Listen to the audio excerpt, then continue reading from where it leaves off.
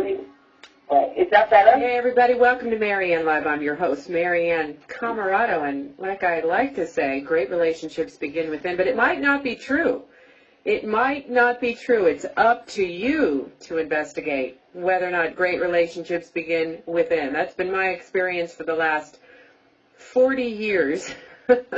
But I'm just saying, you know, you got to check these things out for yourself. And nobody knows that better than our guest today, Betsy Chasse. She's with us. She's written a book called Tipping Sacred Cows. She's going to be talking with us this hour about that very thing. When you come across spiritual discipline, dogma, rules, insights, metaphors, all of the above, what do we do with it? Do we just try it on? Do we just think it's true because somebody else told us it's true? Is it good enough that yoga has been an 8,000-year-old tradition to trust the principles behind yoga? I mean, you know, these are things we're going to be talking about today, including neuroplasticity. If you didn't feel like spirituality was enough on your plate, we're going to be all over the board talking about what happens when we are making our way down the road towards enlightenment. And like I like to say, I've taken the scenic road myself. You know, we fall off our path. How do we stay awake on this journey? Well, stay with us this hour. That's what we're going to be talking about with our guest.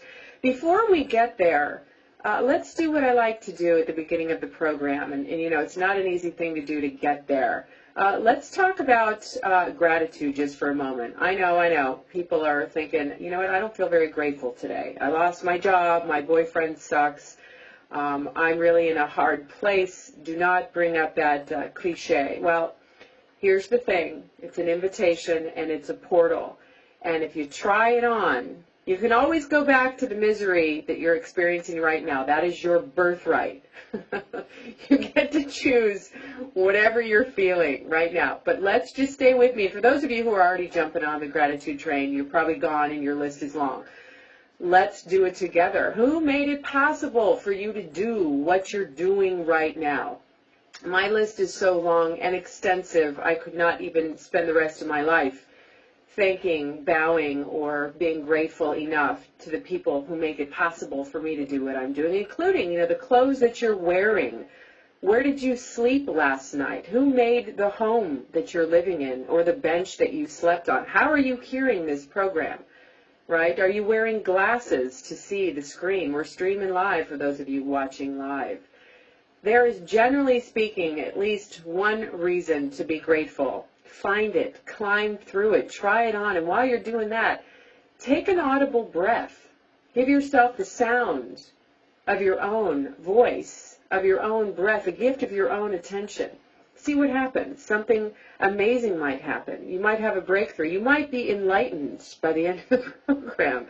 You know, stranger things have happened here on MaryanneLive. And while you're breathing in and out, let me go down my list of folks who make it possible for me to do what I do with regard to this program. The National Action Organization, NAO, NACTION.org, rather, if you're online, bringing programs like this to you.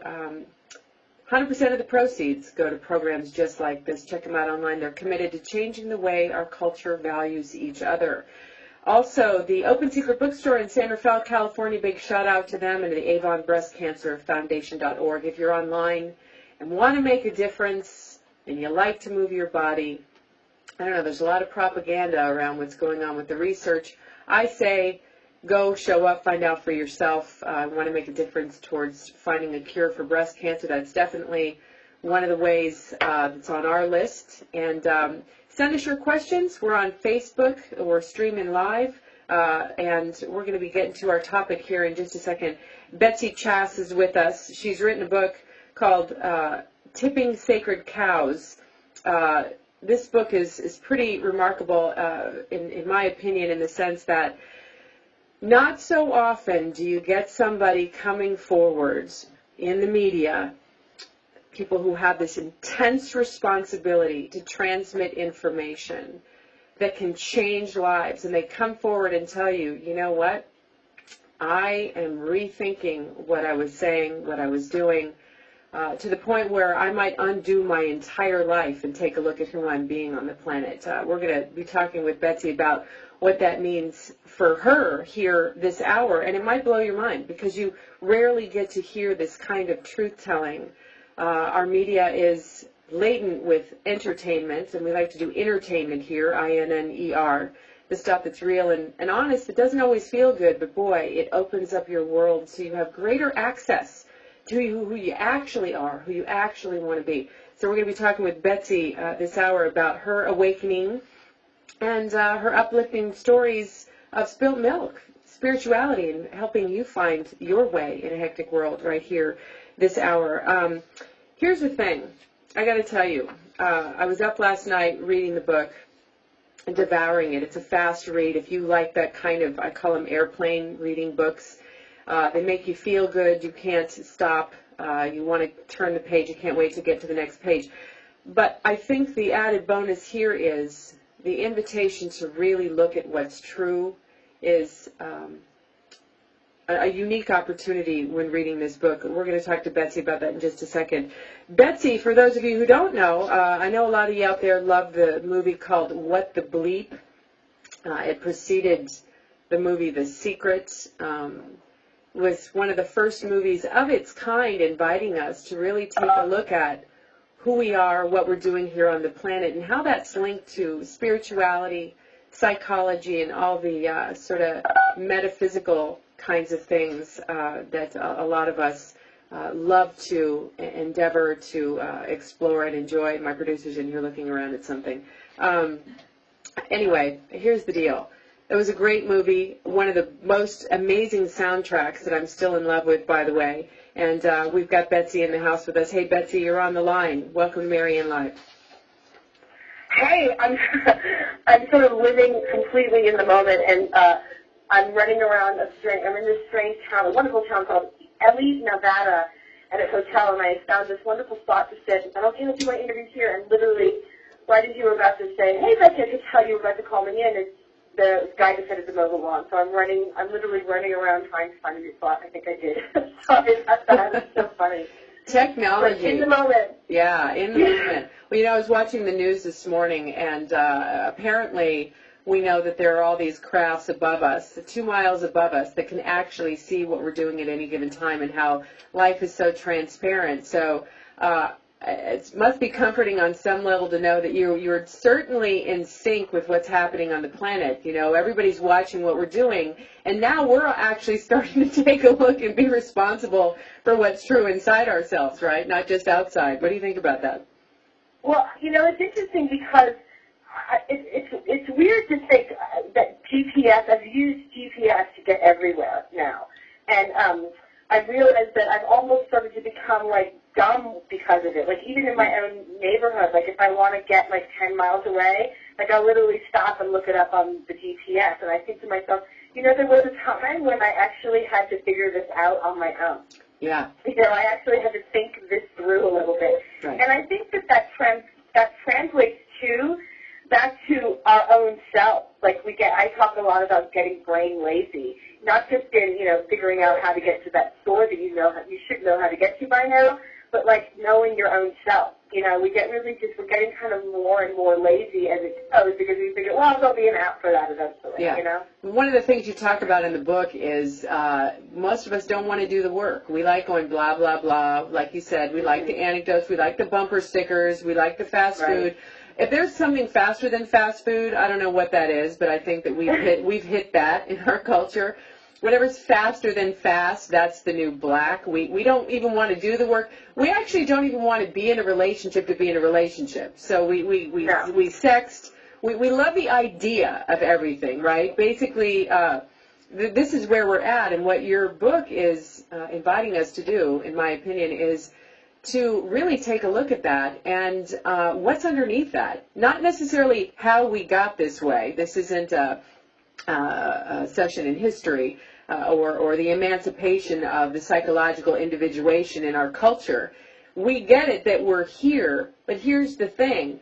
Your story is so riveting in the sense that you created an internationally award-winning movie about enlightenment and awakening. You're traveling around the country teaching, I've got my little bunny ears up, espousing to spirituality, and you recognize that you have not embodied these principles. How disturbing is that? How frightening, how frightened you must have felt and not being able to tell anybody. That was for me the scariest part about it.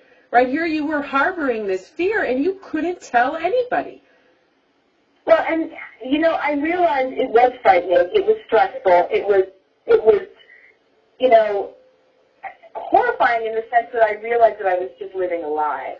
And the weird thing was that it was also comforting because it was an opportunity for me to also find compassion in others, because I realized that I wasn't alone in this living of the lie. It's something that we all do, every aspect of our lives. And I realized that we had, in a way, created a society in which nobody tells the truth to each other, because we're so afraid of what might happen if we actually do.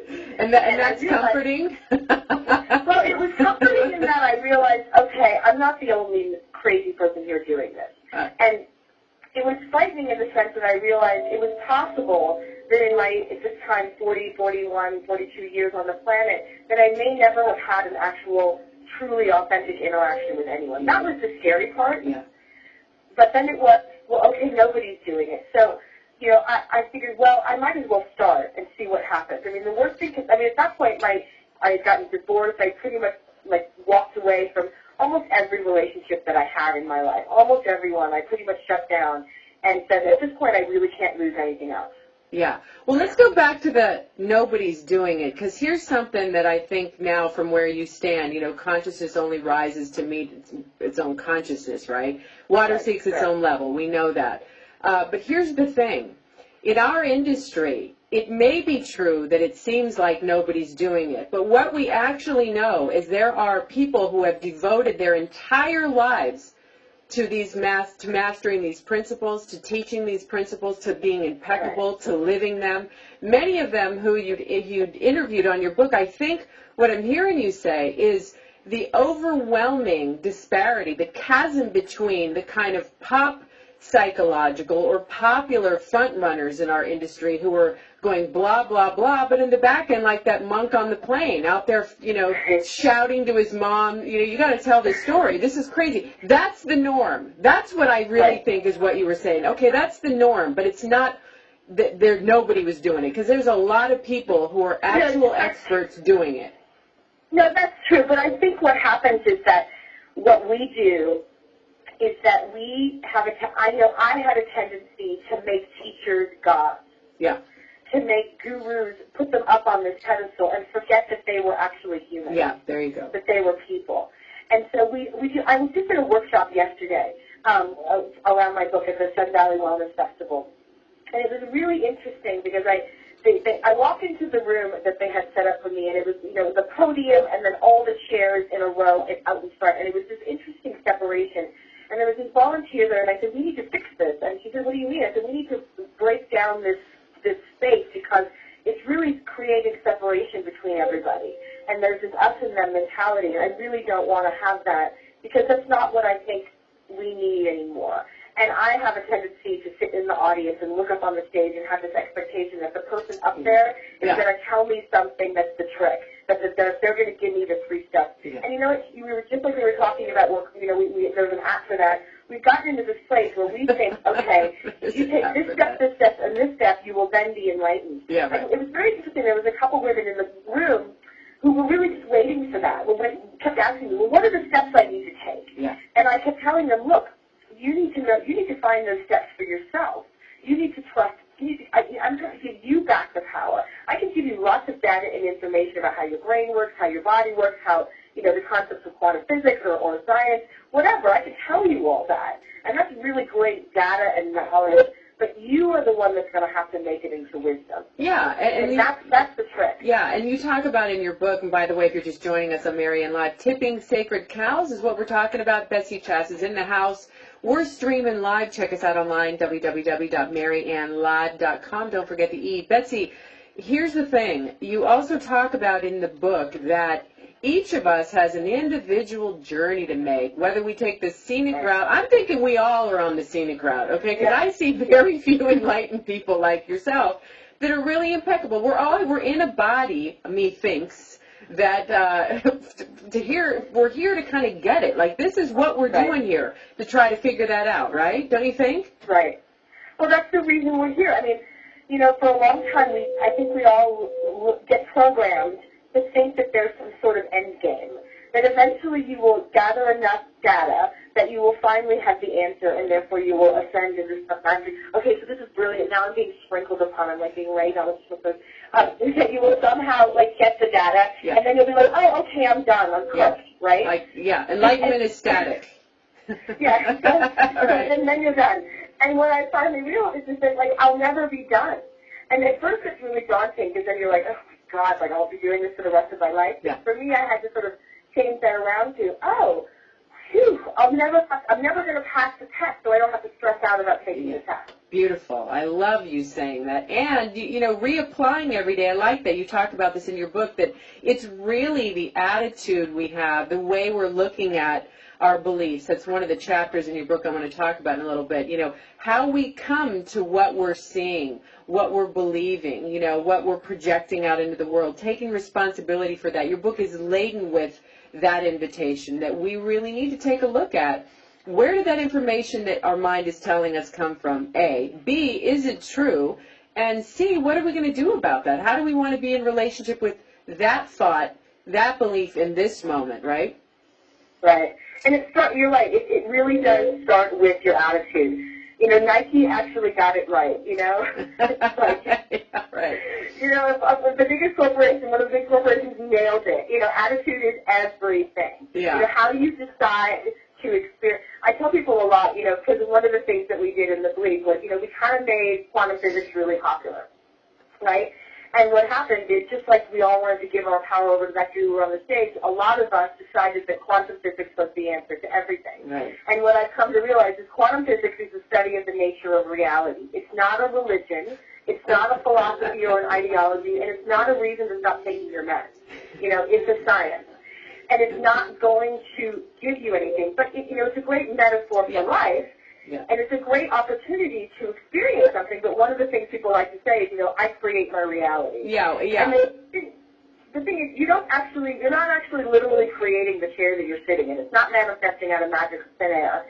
But you are creating your experience of it. And to me, that's way more profound and empowering to know that I have complete control over how I experience everything there is. Yeah. I get to choose everything, how I experience that chair, how I experience everything. And that's more empowering to me than thinking that I can magically manifest things out of thin air. Yeah, it's that I get to decide how to experience it. Right, and this magical thinking is pretty rampant in our culture, and we can see where it's gotten us. I was going to tell a story at the beginning of the hour, and we'll do it here. I started out working in the human potential field when it was not popular to be helping people, right? People would say, why would you do that? You want to go make money. This is America, right?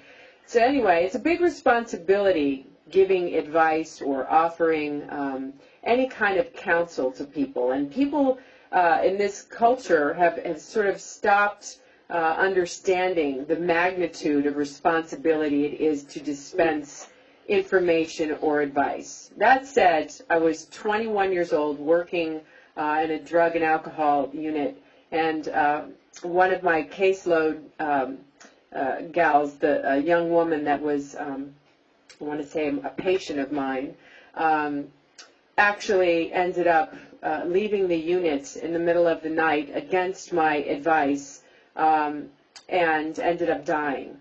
And it was one of the most life-changing experiences I'd ever had, because I racked my brain, my mind. I was heartbroken thinking that something I had said, it must have been something I said, something I didn't say, something I could have said. And I think a lot of people, you know, you understand the psychology behind this. The point is, it's never not occurred to me from that moment on that the use of our language in the context of offering medicinal help to other people, when it's not couched in heart, but also experience, and then, you know, expertise. Our culture seems so unwilling to look at the downside of that And I really feel like your book speaks to this, Betsy, in a way that's so liberating. Thank you. Well, I think for me it was really interesting that, when you make movies, I come from the film world, right, where we make a movie and then we have a screening and nobody really cares about the filmmakers. They care about the content of the movie, whatever it is.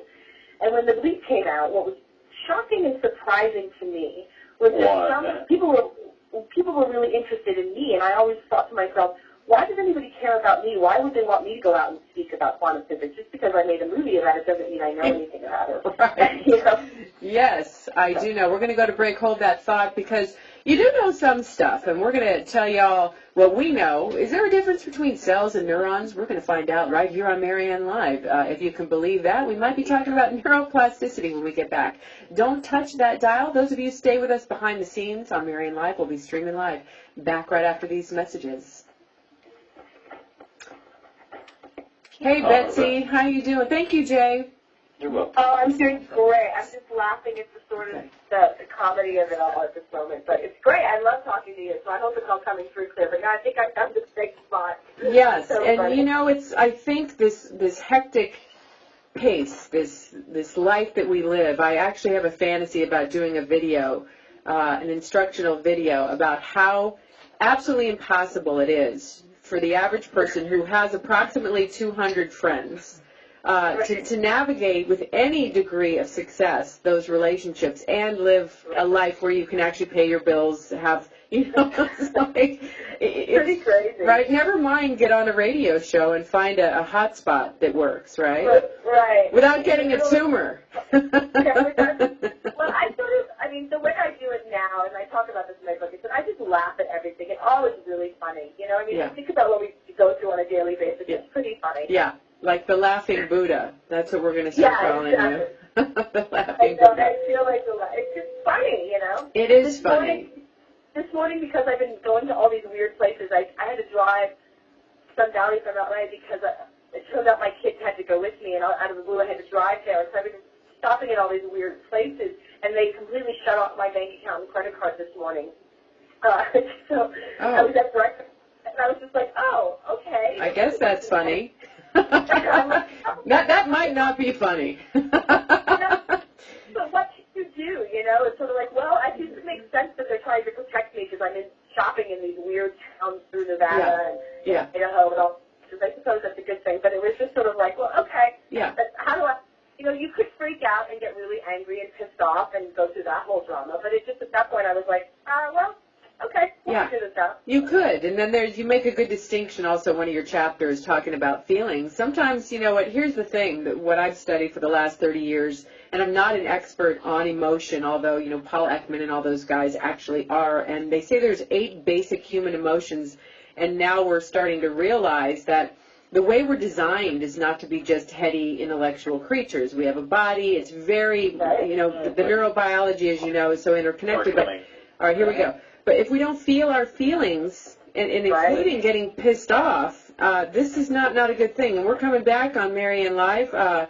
In the house, joining us today, Betsy Chasse. She's written a book, Tipping Sacred Cows. We're talking with Betsy about her new book, which is about spirituality. What's love got to do with that? I'm just kidding. We're talking about when your bank account closes, you're shopping in Reno, and you can't get your latte in the morning to freak out or not freak out. What do you think about that, Betsy?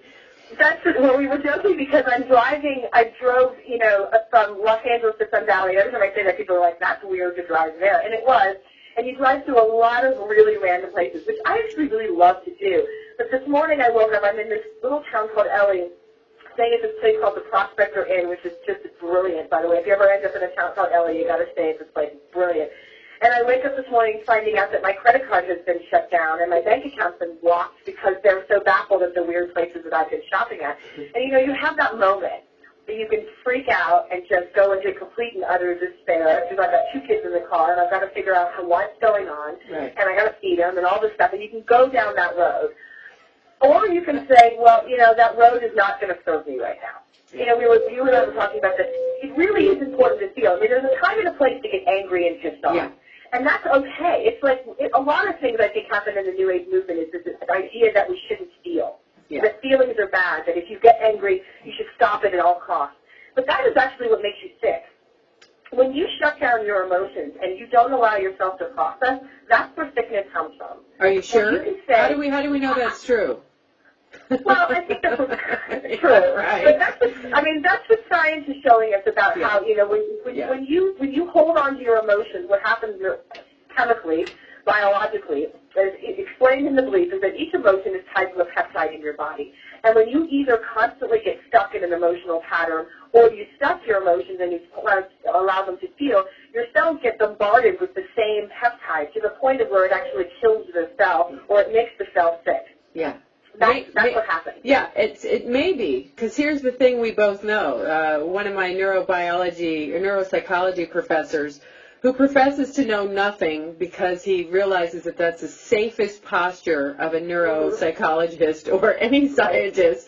Here's what we think we know. In the vast gray matter of the brain, we have barely scratched the surface. We've been able to tickle some parts of the brain, and things light up in colors, right? We know this thing lights up. We know this happens, but we don't actually know what it means yet. And that's the part that's fascinating, right? That's why you were saying, I'm just going to laugh. I'm going to laugh from now until I go to whatever happens, right? If we even die. We don't know that. But let's do this. Let's have fun here. And Betsy Chasse is in the house with us, and we're going to give you a disclaimer. Everything we're about to tell you is our own opinion, okay? We're going to put a little asterisk here. And she's an expert in filmmaking and a businesswoman and has done an inordinate amount of research on her own. Neither one of us are neurophysiologists, biologists, or scientists in that regard. And so here's what we have found based on our own experience and Betsy's book. Went down the rabbit hole with herself to find for you that so many of the things we think we know are true may or may not be true, right, Betsy?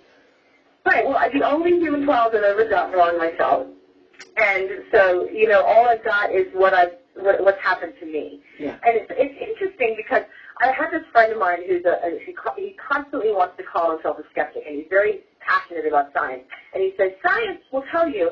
And I said, "Look. The thing you got to know about science is that science at one point told us the Earth was flat, and then they figured out that it wasn't.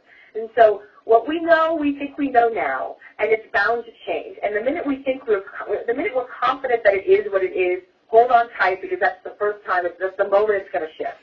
So at this point, there's this concept in Buddhism called permanence. It's like impermanence. Right. I love that concept because it's great because then you just know, look. It is what it is right now, and it's probably going to change. So don't get too caught up in it. Yeah. So if you're not going to get too caught up in it, you can find the humor in all of it. Yeah. It's pretty funny what we go through. It is. You think about it. Yeah, as a matter of fact, they've just done another study. There's these great scientists right now looking at mindfulness practice. If anybody's interested, let us know, info@MaryanneLive, and we'll send you the links to these practices and these studies. But they're now showing that people who engage in mindfulness practice may be climbing over the essential element of feeling, maybe climbing over the severing from mind and body in our culture, right? And then you address these things, not specifically necessarily in your book, but you really do invite us to take a look, it's cool to have a practice, but I need my latte and my Camel non-filters, okay? I need my Manolo Blahniks. I might be attached to them even. And yet, within all of that, this paradox that so many of us want to reduce and distill enlightenment to a static state, your whole book invites us to look at something else, that the paradox is where we are being invited to live, yes? Right. Well, that's because that's where we already are living for the most part, and we constantly try to avoid that. We constantly try to be, I have to be this way because this is the spiritual way, and this isn't the right way. We've got really caught up in this idea of good and bad, right and wrong, positive and negative. And because we try to land in one of those places, and we really fight hard to not be in the negative. But who gets to decide what's positive and what's negative and what's good and what's bad? Who's the judge of that? I want to be on that committee, really. I want to be the one to get to decide what's good and bad. And we'll just lay out the law right there and edit for everybody. But that's not really how it works. You constantly are living in paradox. We are multidimensional beings. We can hold simultaneous emotional responses or opinions at the same time. We can hold them both. And so that's where we already are. So I just decided to embrace them. And the one thing I do know is that I know that I'm here right now, in this moment. And that's it. I don't know where I'm going to be 5 minutes from now. I think I might have an idea of where I might be 5 minutes from now, but that's hopefully still here with us. But that would be nice. But, I think we get very caught up in that. And when you can really just sort of go, okay, I'm going to let it go and just be where I am right now and take one step forward at a time, that to me is where, life gets a lot easier. Right. So, Betsy, tell us why you wanted to write this book. What do you want us to know about your journey? Aside from, look at the chapters. Each chapter really touches on a lot of these issues we've been talking about: attachment, feeling, what is spirituality, all of that. But you were motivated. You had a real calling to put this book out in the world. Talk a little bit about what inspired you to write this book. I think I wrote this book because I wanted to just speak my truth without holding back about what I thought about anything. I didn't care whether it was right or wrong, or whether anybody agreed with me or just doesn't agree with me. I just felt like it was time for me to speak up and speak out about what I experienced in my life in relationship to these concepts. We live in a world where we have a lot of sacred cows, and to me, what the book is, why it's called Tipping Sacred Cows, is that we hold on to a sacred cow is a belief that we will not question. We will not touch. It is. It simply is. That's the way it is, and we're not going to question it. And I realized that what I wanted to start doing in my life was questioning everything. I was really asking myself, do I really need to believe this? Or is this just something that I carried around for a long time that I should be done with? Yeah. So there's my own personal set of sacred cows about my self-worth, about my height, my looks, my relationship with money, all that stuff. But then there were also sacred cows in the sort of self-help, New Age, New Thought world that I felt that really needed to be examined, because I think people got really lazy in understanding what they really meant. Concepts like the law of attraction, the concept of attachment, the concept of creating your reality and living in bliss. We love to, put up pretty quotes on Facebook about these wonderful ideas. Yeah. But the truth is most of us don't really know what they mean. Yeah. And we don't really use them in our lives in a way that's effective because we haven't really done the nitty-gritty work to look at how they actually work for me. And how it works for me is going to be different than how it works for you and how it works for everybody else, because we are individuals. We do have our own set of ways that we are in the world. Yeah. And we try to get really locked into being a certain way, and it's just that's when you sort of feel failure because right. That way. And that way that you talk about early on in the book is perfect. When we come back right here on Maryanne Live, we're going to talk a little bit about that. What does that mean? Why do we think that perfection is the ultimate, the destination? What does that even mean? What does that look like? Where does that come from? And what is perfect for you? Let's redefine it right here on Maryanne Live. Don't touch that dial. We'll be right back. For those of you who are behind the scenes, we'll be streaming live on Maryanne Live right after these messages. Back in just a minute. All right. Thank you, Jay. You're welcome. Back in 3 minutes. Great. So how are you doing, Betsy? I'm doing great. How are you? Good. How's that hot spot? Are you hanging in there? I found a nice safe spot. It looks like the sprinklers have already gone off there, so I'm good. Good. That's good to know. Yeah. Let's talk a little bit about this idea of being perfect. You were brought up as a Hollywood starlet, a child who did all kinds of commercials, over 100 and some odd commercials, and we're really introduced to the Hollywood version of perfect, and then the backlash from that has been very intense for you. So let's talk a little bit about this idea of how perfect gets manufactured out of Hollywood without, nobody's trying to throw Hollywood under the bus, because we are Hollywood, if you want to break it down. But talk a little bit about that. This is a unique experience you've had. Right. You want to do that now? Or yeah, we're streaming live on the air. Yeah. Sure. Well, what's interesting is that I think that for me, growing up as a child actress, looks and how you are perceived in the world is very important. And so you're constantly, for me, I was, from the time I was about 7, was constantly thinking about, well, what do I look like? What do I sound like? Is my hair right? Is my shoes right? Am I acting right? Is my smile good? Am I going to go to this dentist and get thousands of dollars worth of dental work done? And so you get really caught up into that. And then you get caught up into how people think about you. I started to really be concerned with what people thought of me. And it really tied into how I felt about myself. Because if I didn't get a part, I didn't like myself.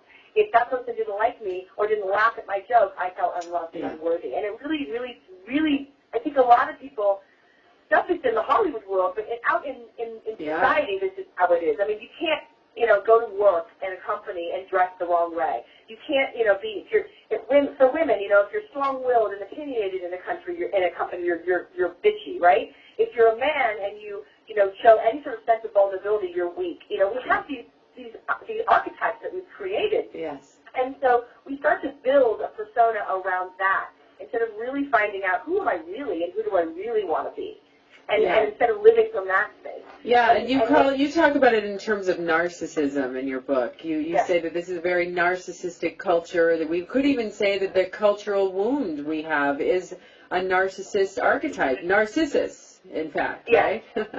Well, yeah, because, how you think, what you think about me defines who I am. Yeah. And you've gotten feedback to support that. We're going back, right? Thank you, Jay. Here we go. All right, everybody. Betsy Chasse is in the house on Maryanne Live. We're so glad you're with us today. We are busting out. We are telling all, and not in that kind of reality TV kind of way, which is confusing for you because you're thinking, well, what does that mean? Reality TV is not real. So you're telling me something real. I don't know what you mean. Right. I'm very confused, right? Well, we're actually telling our experience. Betsy's written a book giving us a look at the inner workings of her going down the path of spirituality and stumbling along and waking up and falling asleep and waking up and falling asleep. And finally, at this stage anyway, Betsy's been sharing with us, look, some of that might be just crap, and I am inundated with beliefs that I'm not sure are real. So Betsy teased it apart. She has found her sacred cows. The book is called Tipping Sacred Cows. And during the break we were talking about, for those of you who are with us streaming live, we were talking about this idea of perfection, the narcissistic culture that we have manufactured, which creates a lot of money, capitalism, but it's a hungry ghost. It never ends. You're never going to be pretty enough, rich enough, thin enough, because nothing is static in the world. This is an ongoing process. So, Betsy, there you were. You left Hollywood disgruntled and feeling, as you put it yourself, wide and stout, and, took a different turn, went off into a different career, yet you were haunted by this idea of perfection that really has caused you a lot of pain, a lot of us a lot of pain. Right. Well, because it's like, imagine in your body that it's like a pit, it's like a hungry beast that never gets full. Yeah. Like you're constantly feeding it. One of the things I always find is interesting is we talk a lot about is this idea that we need to kill our ego. Yes. And I've come to the conclusion that we don't need to actually kill our ego. Our ego is a tool. I mean, we have this tendency to want to say, oh, our body's bad and emotions are bad and this, you shouldn't do this and you should walk around wearing sunny slippers and rose-colored glasses and smile all the time. But that's not really what happiness is. That's not really what any of this stuff really means. And you talk about redefining. For me, it was really about redefining these terms in a way that made sense to me. And what I came to understand is that, I am feeding my ego because my ego is a tool that wants to please me. And so it's constantly trying to fill that void of love and worthiness. And it's going out in every way to try to do that. And when I can really do the work around cleaning up that self-worth and realizing that what people think about me is only their opinion, and it actually isn't real, it's just their thoughts, just like my thoughts are just my thoughts, then I can now realize that it doesn't matter what they think. I am who I am, and that's it. And I am who I am in this moment, and then 5 minutes later I might change who I am, and that's okay too. And when you can get... Yeah, well, I was just going to say the paradox that we're talking about here, like you're bringing up the ego. There's a whole bunch of different schools of thought around ego. There are 6 different schools in psychology, for example. Right. If you're Freudian, you're going to think about ego one way, and then, all the way up through the object relations folks. I mean, ego, psychology, and on and on. So we have to be careful, too, in our lives when we're talking about these concepts of ego. The concept that you were talking about, I think, is in that sort of pop psychological sense that if we're on a spiritual path, the ego is to be killed, whereas even investigating that right there, what does that even mean, right? Does anybody even know what ego is? Do you actually know? I've never seen an ego myself, like lying on the side of the road, nor have I ever seen someone's brain telling me anything, all by itself. So I'm just saying. Yeah, but I think for me, when I looked at the idea of what people kept coming back to as what ego was, and this idea that we could kill it, it was another one of those things where that's impossible because you can't kill an ego. And you can't, just to simply define, I think I say in my book, I went to one of these workshops and I came out saying, I've really let go of my ego. That's just my ego telling me that I've let go of my ego. So, I mean, it's like an impossible circle that we get on. And it's like, how do you do that? How do you actually do something and then you set yourself up for failure because you feel miserable because you can't kill the ego, because the ego is unkillable. That's right. Well, a lot of us have made that struggle with the ego and are trying to come to terms with it. Some folks would say, my gosh, if you don't have an ego, you really can't make your way and navigate through life. Many people, the way they dissect the being human is the personality, and then there's the high spirit self, and then there's the body, and how are all those things interconnected? But I think what I'm hearing you say, that the crazy train that a lot of us Westerners have jumped on, is we've been inundated with all of these spiritual ideologies. We've cherry-picked just the very surface of what you talk about in your book, some of these cliches. We don't investigate them, we try them on, and then we go skimming across the surface of our lives, getting the right car, a certain husband, a certain title, and we're dying inside, looking around, and God forbid you tell anybody, because it'll all come tumbling down. Well, here's the thing. Your book is about how you've unraveled that, gone deep into yourself, and coming out the other side recognizing, for me, carrying a torch for other folks who also are feeling that kind of pain. They feel the level of BS, the frauds they feel like they are, and maybe we'll be less frightened to look in the mirror of those boogeymen after reading your book. Like, if you can do it, I can do it kind of thing. What do you think about that? And hanging out with your boogeymen is like a really great thing to do. Yeah. We get told a lot, don't go there, don't go to the dark side.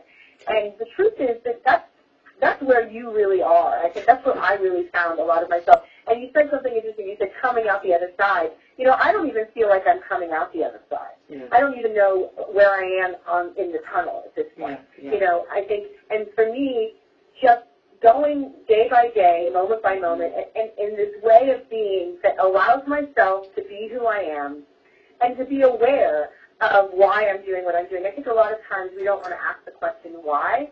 Why do I, feel, I went and had to speak in front of a bunch of people, and it's like, I hate doing that. I get really uncomfortable when I have to stand in front of an audience and speak. And I know why that is, and I forgive, I don't forget, I hate the word forgive, because it's just another one of those pills you try to shove down people's throats, but I think, I'm like, okay, well, this is who I am, all right, I'm allowing who I'm going to be. I don't have to try to do some 12-step program to fix it. I don't have to, there's no 5 easy steps. It will either evolve and I'll get through or I won't, So we just have to, the key is just in permission to be who you are and to live. Yeah. You have to have permission to live. That's what my book is about. It's like really saying, look, you're here to live. You're going to do a lot of really stupid things, and that's totally fine. Mm-hmm. And there's nobody at the end of your life with a scoreboard saying you failed. Mm-hmm. There's none of that. And that just gives me permission to, I try to act in impeccability, and even that's a really slippery slope. Because what does impeccability mean? Yeah, right. What does it mean? And so for me, impeccability means allowing myself to be who I am. Now, there's a Buddhist concept that says, do no harm. So that's kind of, for me, a sacred cow that I hold on to. Mm-hmm. Like, okay, I'm going to be in this world doing what I do, and the one rule I'm going to hold on to is do no harm intentionally. Yeah. But I'm also going to do harm. I'm going to hurt someone's feelings. I'm going to say something that really upsets someone. But is that harm? I mean, is that really harm? That's the thing. Yeah. I mean, yeah, and that's the trick. It's like, if I can, that's why I added to the saying intentional. Yes. You know, if I go out to intentionally hurt someone, okay, that's not cool. Exactly. But we're all going to do harm because we don't know how. We Yeah. don't even know how to be human. Yeah, exactly. We don't even know how to be. Yeah, we don't even know how to get through the day without feeling like we need to know where our cell phone is, where our junk is, whatever your junk is. And then we'll be enlightened at 5 o'clock when we do our yoga class. We're going to go to our break right here on Maryanne Live. Don't touch that dial, everybody. We're so glad you're with us. For those of you streaming live, stay with us. Betsy Chasse is in the house. We're talking about tipping sacred cows back after these messages. Hey, Maryanne. Yes, Betsy. One of the things that was a big aha moment for me, an epiphany. I love the word epiphany. Me too. I do. It's a good word. It's a great word. Use it. It's a great word.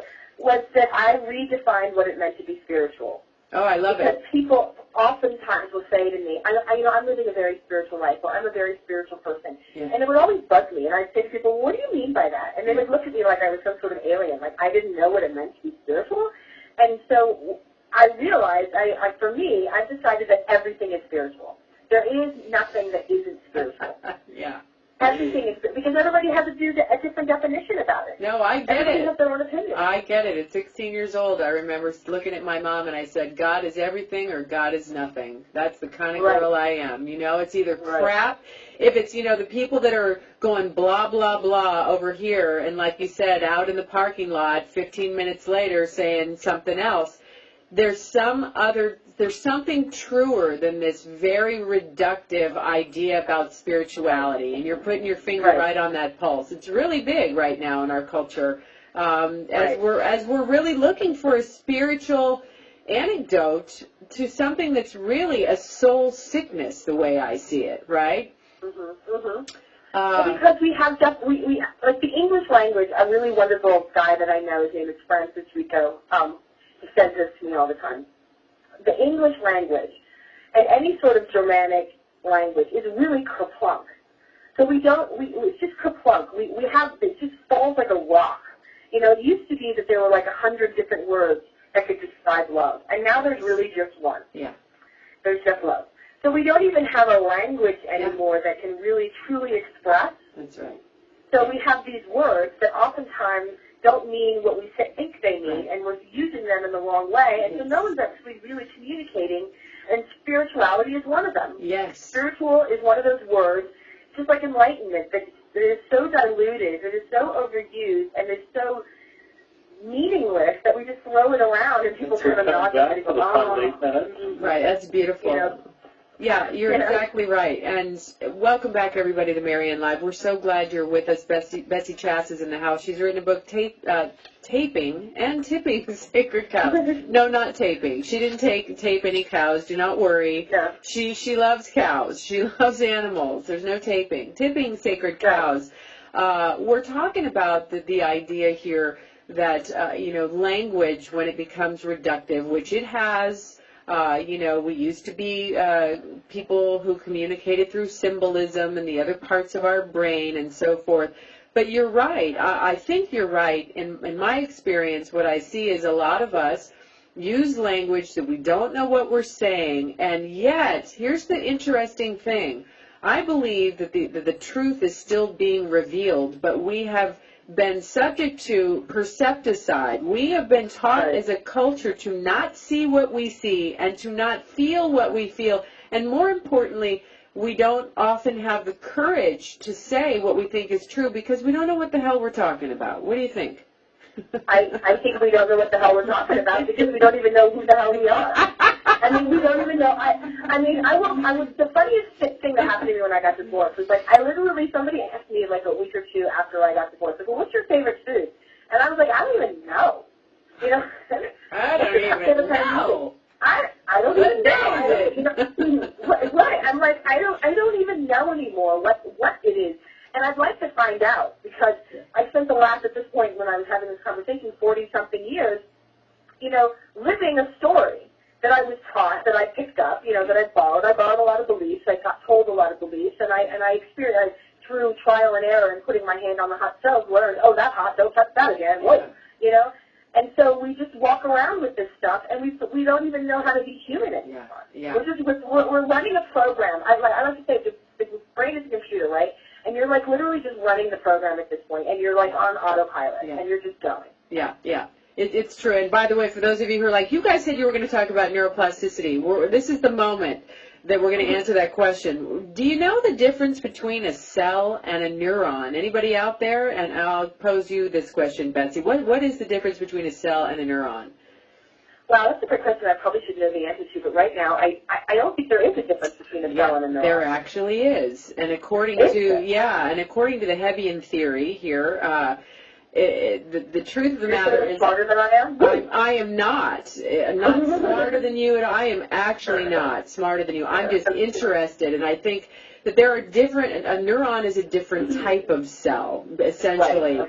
Okay. And they act differently. But the more important point, and for those of you who love trivia, and I love that little anecdote you put in the book that you were adding to our trivia. There was a cute little line you had in the book about trivia something. It was very cute. Oh, yeah.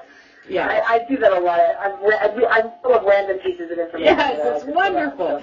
But to the point of neuroplasticity, that we're now finding, we don't even know if it's true, but we are finding that our environment is actually attributes to the changes we want to make. Just because you think you're some way in the world doesn't mean you have to stay that way. And I kind of wanted this is a big topic of neuroplasticity, and for those of you who are very learned about this, you could school us for sure. We'd love to hear your trivia. Send it to us, your facts, your studies, all of that info at MaryanneLive, and we'll talk about it. But here's the deal. When it comes to feeling like that you are who you are and you're always going to be that way, one of my favorite lines in your book is, you know what, I am not the same person I was 5 years ago, 5 minutes ago. And on that note, as we come to the top of the hour, talk about that. Let's leave people on that note, that we get to change. We have a choice. I had this great conversation with my son yesterday. So my son is into Pokemon. And he was just trying to explain all the characters to me. And he said, so this character is an evolved character of that character. And I said, what does that mean, evolved? And so my son is 6, right? And he looked at me and he said, well, he learned something new, and so because he learned something new, he's not the same Pokemon anymore. Right. So this is my 6-year-old explaining neuroplasticity to me, by the way, which I thought was awesome. Artificial intelligence, woo! And I was just like, oh, that's so great. So he learned it from Pokemon, which is like brilliant, right? So I said to him, I said, well, what does that mean? And he said, well, Mom, and he looked at me like, duh. And he's like, what happens to us humans is that we start out, and then every time we learn something new, we evolve into something different. So we constantly are changing. I'm always evolving. And he was like really angry at me that I could not comprehend this concept. I was like, wow, Max, that's really brilliant. And he's just like, yeah, duh. And so that's neuroplasticity as explained by my 6-year-old son and Pokemon. Yes, neurons that fire together, wire together. Oh, and you can change them. Yes. And you can change them. You can evolve. You can get new Pokemon powers. Every time you learn something, you get a new Pokemon power and you evolve. Yes. All right, Betsy, we're so glad to have had you with us this hour. Thank you so much for taking your time, finding your hot spots, and your dark spots and your shadows, and sharing them all with us. It gives us real inspiration. And you don't love the word hope, but boy, it's you say that in your book. But we are hopeful, all of us, that we will each find our way to greater freedom of being, and really the use of the word authenticity, to find out who we really are and what the heck we're doing here. And we hope we get to continue to play with you while we're doing it. Thank you very much. Thank you. It's been a blast. Absolutely. All right, everybody, sit tight. We're going to break. Thanks so much to Betsy Chasse for being with us. Get a copy, Tipping Sacred Cows. Get 3. Share them with your other cow-like friends. Back in just a minute, right after these messages. All right, hang on a second. Okay. All right, Betsy, you are free to go. Thank you so much for joining us. Come back anytime you have some creative thing you want to share with the world. I will. Thank you. Bye. All right. Take care. Bye. All right, everybody. So that was Betsy Chasse in the house. You want to get a copy of her book, Tipping Sacred Cows. It's a fun read. It's so compelling in terms of the ways that we think we know where we're at, what we're doing, what our life path is. And just when you think you know, something else happens, right? Life keeps coming.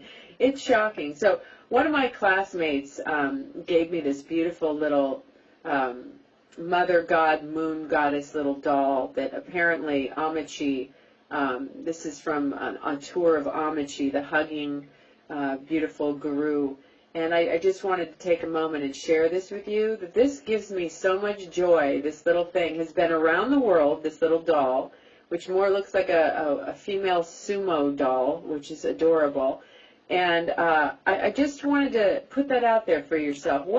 What gives you some kind of great delight, some small thing that you can bring into your realm of reality right now, just to give you a chuckle or a smile and get those neurons firing? If you've got too many negative ones going off, let's change the railroad tracks.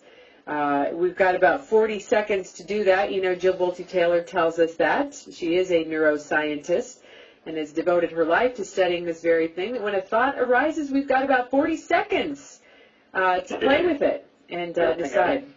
Here we go. We're going for our break, everybody, while you're looking for something delightful to entertain yourself with. Thanks for joining us. We're so glad you were with us today. Come back again and again. We have archived our programs. We have other wonderful, beloved soul guides that are joining us here on Maryanne Live every week, live, as well as I said, archived on our program. MaryanneLive.com is where you can find those archives. Eric Meisel is back, author of over 30 books.